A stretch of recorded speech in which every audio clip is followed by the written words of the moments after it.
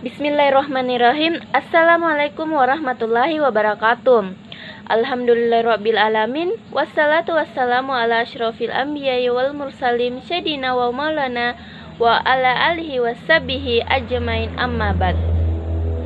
Sebagai hamba Allah yang beriman, marilah kita panjatkan puji dan syukur kehadirat Allah Subhanahu wa Ta'ala yang telah memberikan kekuatan, kesehatan lahir dan batin kepada kita semua, sehingga kita dapat berkumpul di tempat ini dalam rangka menghambangkan diri kepada Allah Subhanahu wa Ta'ala. Salawat dan salam tidak lupa kita kirimkan kepada junjungan kita Nabi Allah Muhammad sallallahu alaihi wasallam yang telah mengantarkan umat manusia dari peradaban hidup yang jahiliyah menuju pada peradaban hidup yang modern ini. Semoga kita semua termasuk hambanya yang taat, yang berhak mendapatkan syafaatnya di hari akhir kelak. Perkenalkan, nama saya Ulfa Mulia. Pada kesempatan ini saya akan menyampaikan topik yang berjudul adab menerima tamu dan bertemu serta hikmahnya. Silaturahmi adalah hal yang sangat penting dalam Islam. Menjalin dan menjaga silaturahmi adalah hal baik. Selain dapat mempererat hubungan persaudaraan, juga dapat memberi banyak manfaat bagi kita. Karena sebagai manusia kita adalah makhluk sosial yang tidak bisa hidup sendiri-sendiri, saling membutuhkan dan saling melengkapi satu sama lain. Salah satu bentuk jalinan silaturahmi adalah dengan bertamu ke kediaman kerabat atau bahkan saudara. Namun dalam prosesnya tentu bertamu ataupun menerima tamu memiliki aturan tersendiri dalam Islam. Berikut adalah beberapa hal yang harus diperhatikan dalam bertamu dalam pandangan Islam. Yang pertama, niat baik dalam bertamu. Bertamu adalah kegiatan yang positif, namun harus berdasarkan niat dan tujuan yang baik. Misalnya untuk menyambung silaturahmi, menjenguk dan lainnya. Namun saat banyak hal-hal negatif lain dalam niatan seseorang saat bertamu, misalnya untuk bergosip atau untuk kegiatan negatif lainnya, Allah berfirman bahwa sebaik-baiknya tamu adalah yang membawa kabar gembira. Hal ini terkandung di dalam surat Al-Hijr ayat 51 sampai 54 yang berbunyi, Bismillahirrahmanirrahim. Wan nabbihum an fi Ibrahim isdaqhalu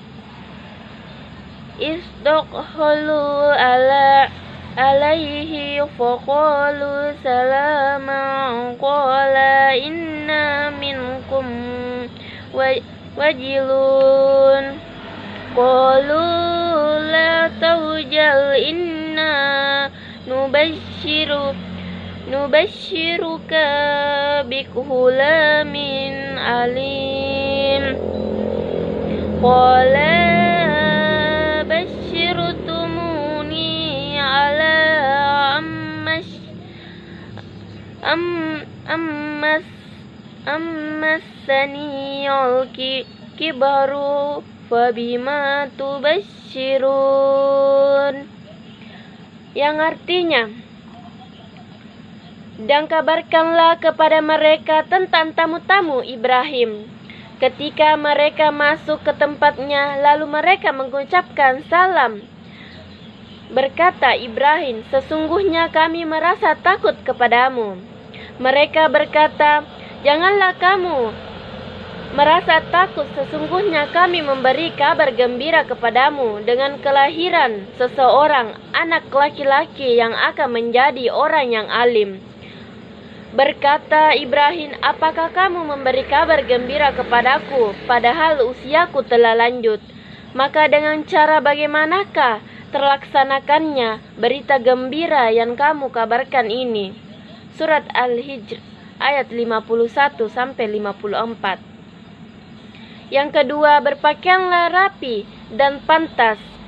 Meskipun Islam menganjurkan umatnya untuk tidak berlebihan dalam berpenampilan, namun ketika bertamu kita wajib memperhatikan pakaian kita. Gunakanlah pakaian bersih dan rapi sebagai bentuk penghormatan kita terhadap tuan rumah.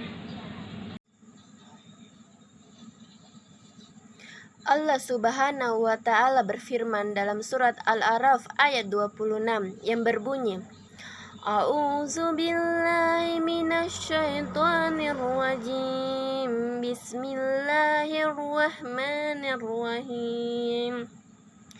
Ya bani Adam qad anzalna alaikum libasya yuwari sawatikum warisya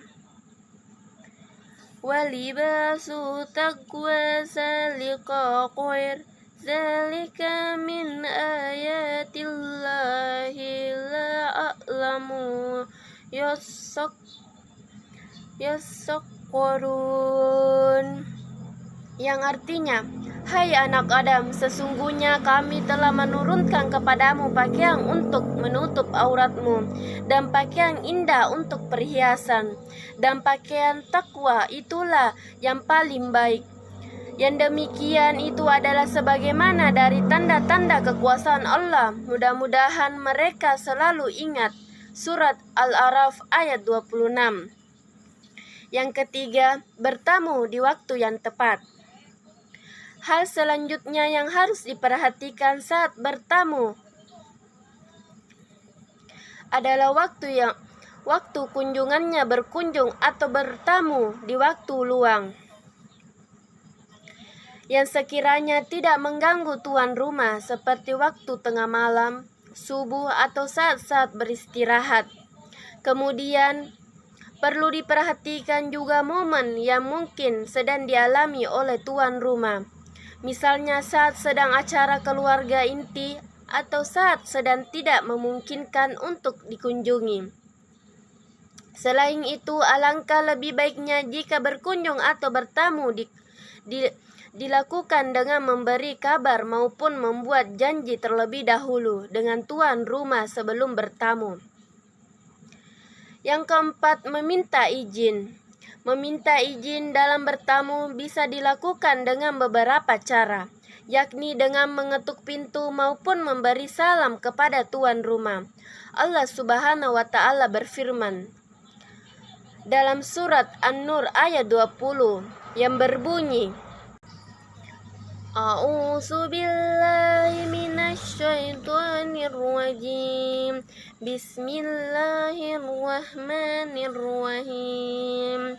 Ya ayyuhallazina amanu la taqulu buyutan khayra buyutikum hatta tastanisu wa tuzallimu ala ahliha salikum khairul lakum la'allakum tasakkarun, yang artinya, hai orang-orang beriman, janganlah kamu memasuki rumah yang bukan rumahmu sebelum meminta izin dan memberi salam kepada penghuninya.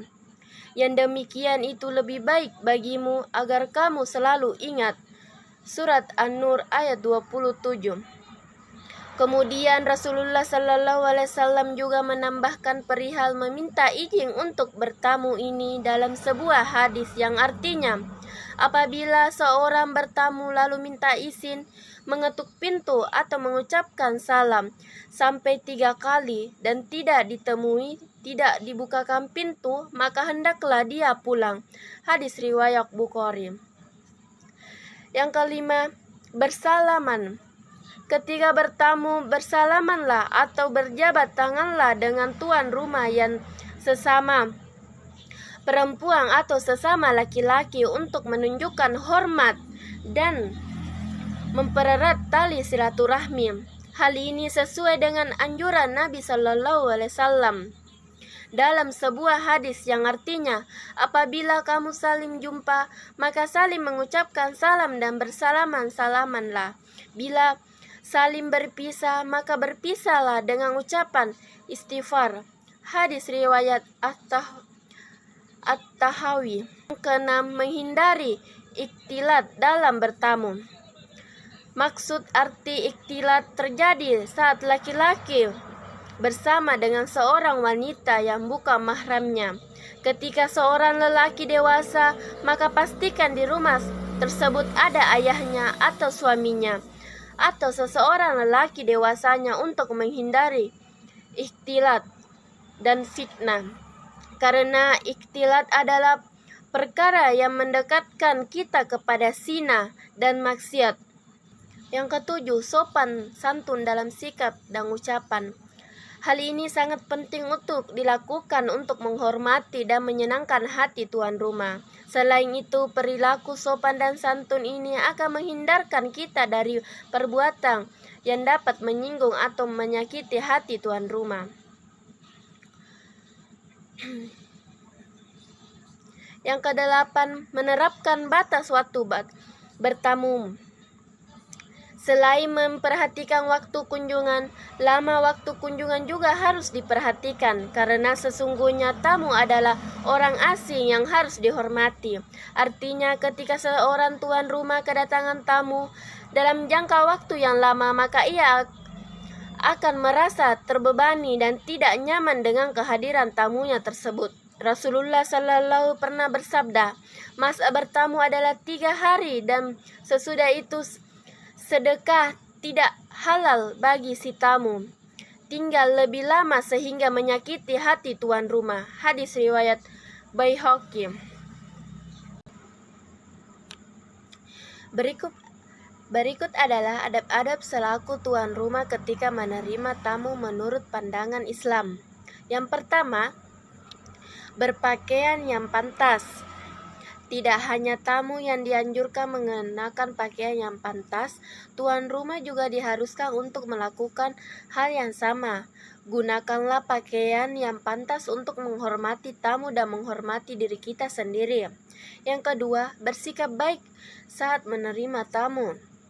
Sopan santun dan keramahan harus diutamakan saat menerima tamu. Hal ini dilakukan untuk menghormati dan menyamankan tamu saat berkunjung ke rumah kita.